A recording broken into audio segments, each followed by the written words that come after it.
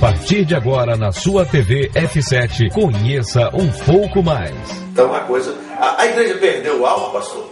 Perdeu. A igreja perdeu o foco. Perdeu o foco. Perdeu o foco. Nós tínhamos que continuar na doutrina apostólica. E isso está muito bem esclarecido nas Escrituras. Perseverai na doutrina dos apóstolos. E os apóstolos, eles pregaram a palavra de Deus, foram homens cheios do Espírito Santo. Eles foram homens comuns, mas a diferença é que foram homens escolhidos por Deus, foram cheios do Espírito Santo, inspirados por Deus, para pregar a palavra de Deus, e nós temos que perseverar na doutrina apostólica. E eles ensinaram essas verdades, eles nos deixaram essas verdades, que aprenderam com o próprio Senhor. Então, se você vê o livro de Atos, você vai ver o mesmo livro de Romanos, você vai ver citações a respeito do batismo. Pelo batismo, nós nos deparamos com a obra de redenção de Cristo.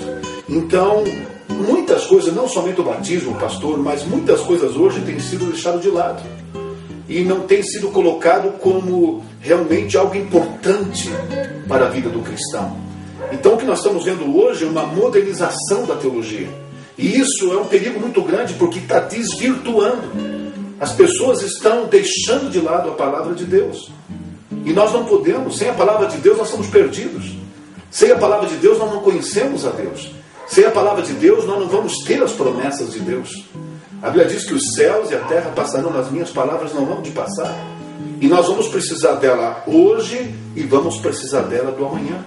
Porque nós seremos salvos se nós estivermos praticando a palavra de Deus. Pastor, por que a maioria das igrejas batiza em nome do Pai, do Filho e do Espírito Santo, tomando como base a ordenança de Jesus que diz: idem, fazei discípulos, batizando-os em nome do Pai, do Filho e do Espírito Santo?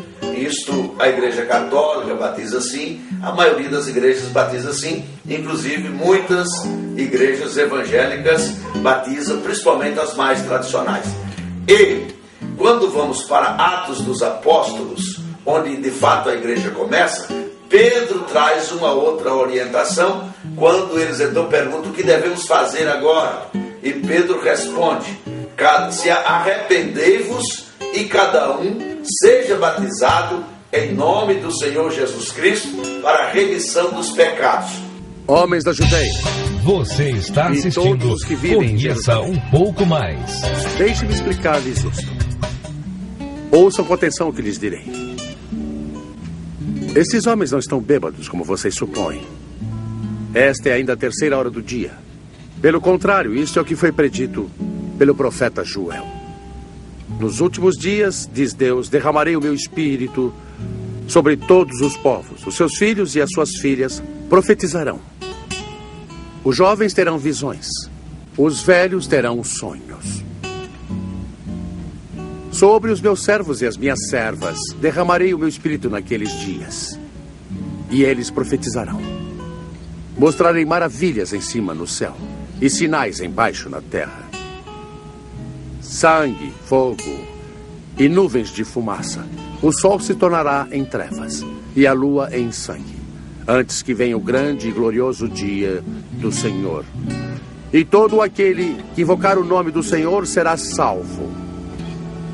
Israelitas, ouçam estas palavras.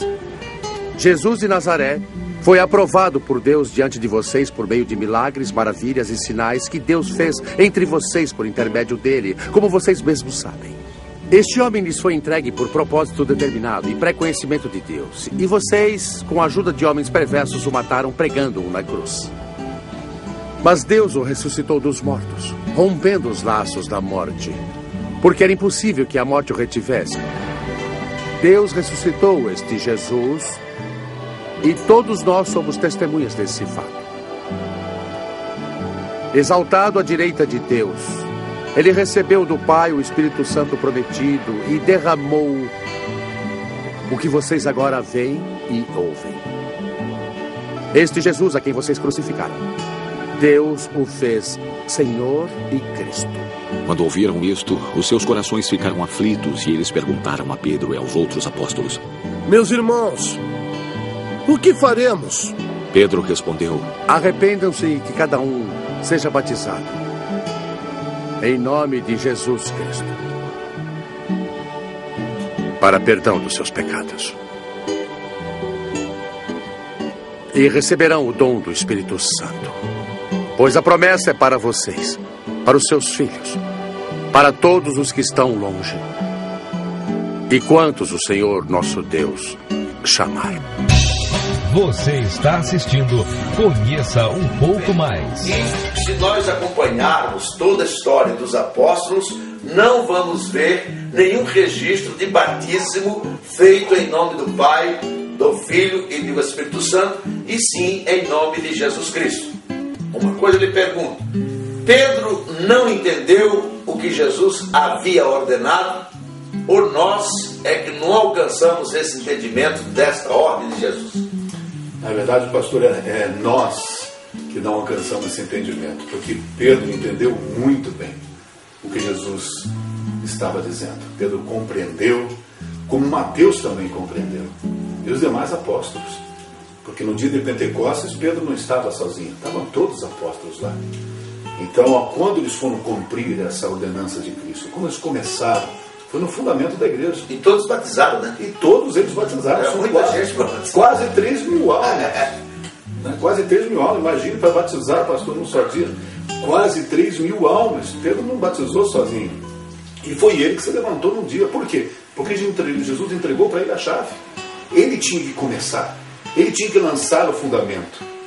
Jesus disse para ele: sobre esta pedra edificarás a minha igreja. Então, foi o que aconteceu. No dia de Pentecostes, Pedro, cheio do Espírito Santo, levantou para pregar as boas novas, falar a respeito da salvação em Cristo. Enquanto Pedro falava na unção do Espírito, pela unção do Espírito, as pessoas não aguentaram, interromperam ele e disseram: varões e irmãos, o que é necessário? O que é necessário para nos salvar? Pedro, como estava com a palavra, disse: arrependei-vos e cada um de vós seja batizado em nome do Senhor Jesus Cristo, para perdão dos pecados e recebereis o dom do Espírito Santo. Porque se Jesus estava pedindo o nome, estava orientando, havia um nome. Sim. Vamos buscar esse nome, porque Pai não é nome, Filho não é nome, Espírito não é nome. Então, qual é o nome? E então Pedro entendeu: o Senhor Jesus Cristo, porque Ele é o Pai, Ele é o Filho, Ele é o Espírito Santo, Ele é tudo, então. Exatamente. Mas por que Pedro fez isso, pastor? Porque nós vemos no livro de João, quando Jesus, no capítulo 6, diz assim: eu sou o caminho, a verdade e a vida, Jesus se revelou. Mateus, Pedro, João, todos estavam ali quando o Felipe perguntou para Jesus: Senhor, mostra-nos o Pai, o que nos basta. E o que Jesus respondeu para Felipe? Felipe, estou há tanto tempo convosco. Parece que eu estou ouvindo Jesus dizer: estou há tanto tempo convosco, não me conhece ainda, Felipe? Quem vem a mim vê o Pai. Como dizes tu, mostra-nos o Pai? Não crê que eu estou no Pai, o Pai está em mim, as obras que eu faço não sou eu que faço, mas o Pai que está em mim que faz as obras. Então ali está claro, nós vemos ali Jesus Cristo nas duas naturezas, humana e divina, o Filho e o Pai, um só. Divino, né? O Espírito era Deus. Deus dentro do homem. Deus dentro do homem. Por isso é Emmanuel. Exatamente. Humano é o Deus dentro do homem. Deus para mim é o maior milagre que Meu Deus, é coisa tremenda, né? Então, vamos pegar uma dinamite e colocar numa casca do morro. Exatamente. E Pedro não tinha dúvida. Pedro entendeu, os apóstolos entenderam o que Jesus disse naquele momento. Ali está o Pai, ali está o Filho. Pastor, quando surgiu fortemente a questão da Trindade? Porque Trindade não é bíblico, então pode ser questionado. Não as manifestações, né?